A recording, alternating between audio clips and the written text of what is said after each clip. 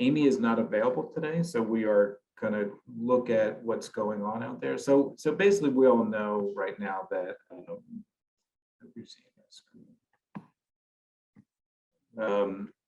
There's a lot going on with the variant and a lot of recommendations. We hear the word substantial exposure, but there really at this point hasn't been a lot of mandated changes to the employee workplace, just recommendations. So, which is why at the end of August, we're going to have a full session devoted to kind of what you should be thinking about doing. But at this point, what we did is a survey last week, because I think, we see a lot in the press these days about what companies are doing, on a global basis, the New York firms saying, come back to work, there's vaccine and so on. So we wanted to ask our members because, what mid-sized companies do is more relevant to the members that we have. So we conducted a survey over the last 10 days. We had 102 responses, and I just want to share those with you for you to food for thought.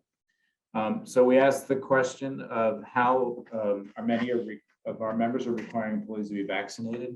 The overwhelming majority, 84%, are not requiring at this point.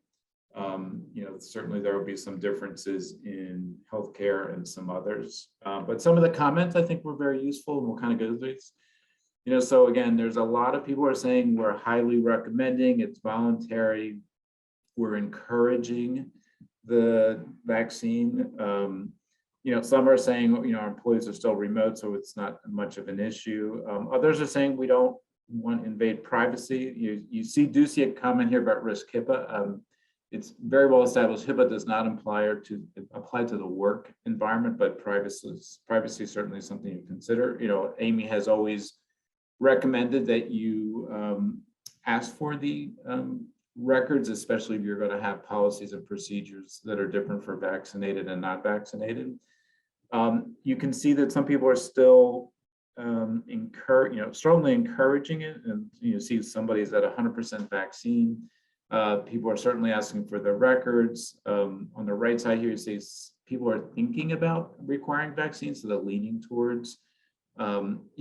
Quite a few people that have been virtual are saying it's a voluntary situation right now. So, I think part of that voluntary standard is saying we're not going to require it until we're making it mandatory. And you see a couple of people saying what they're doing with mask wearing, so that unvaccinated must wear masks in the facility. So again, I think what you're seeing here is a little bit of a sense of the dynamic nature that we're hearing in the press and overall, but again, still in a transitory stage around kind of mask wearing and mandatory vaccines.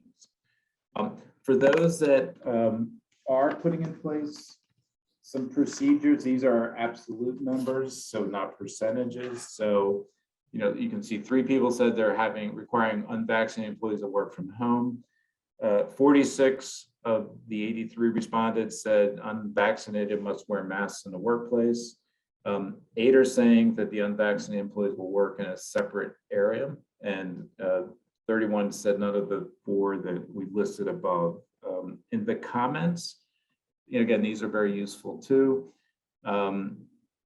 They are asking everyone to wear masks as per the CDC recommendations. I have heard in the last couple of days, a couple of members are having everybody wear masks again in the business environment. Social distancing is mentioned by a couple. It's still there's social distancing for all employees. So, even if they're not necessarily doing the masking, keeping the social distancing. One company, based on looking at individual offices, is saying that once an office gets to 70%, their vaccinated employees may stop wearing a mask. So that's kind of consistent with what the sports teams were doing.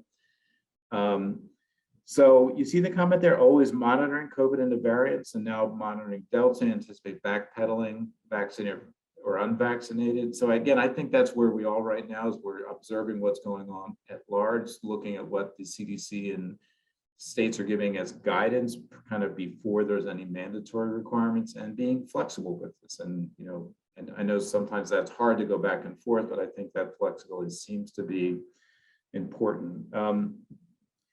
You can see below, somebody mentioned an honor system. So, encouraging unvaccinated employees to wear masks, but not being required, that some people are doing that. Unvaccinated are supposed to wear masks, again, kind of that suggested position. Somebody mentioned, I'm looking at here, that they're also looking at what their customers require. So if a customer is requiring vaccinated, that's a factor in terms of documentation and requesting a vaccine. And again, that's part of a job requirement analysis for vaccination or wearing a mask. Again, you see a lot of the optional, but a strong encouragement for unvaccinated. Somebody talks about everybody wearing masks in public areas, or unvaccinated wearing masks in common areas. Again, another one is saying all employees must still wear masks. This one company is also still doing the daily questions and the temperature checks. But you see the next to last comment, I think this is something that we're all wrestling with too, is organizationally, they're questioning, the mental stamina to keep putting rules and restriction in place. And I think that's probably reflective of kind of society at large. But again, that nimbleness and kind of evaluating it is still important.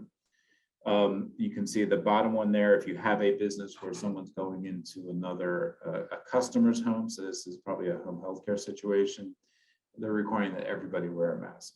So like I said, I think it's helpful to see what others are doing that are like you, and this is a good sense of where trends are, which these are in flux, and we will keep informing everybody about what we're seeing. And as I said, kind of before we head into the fall,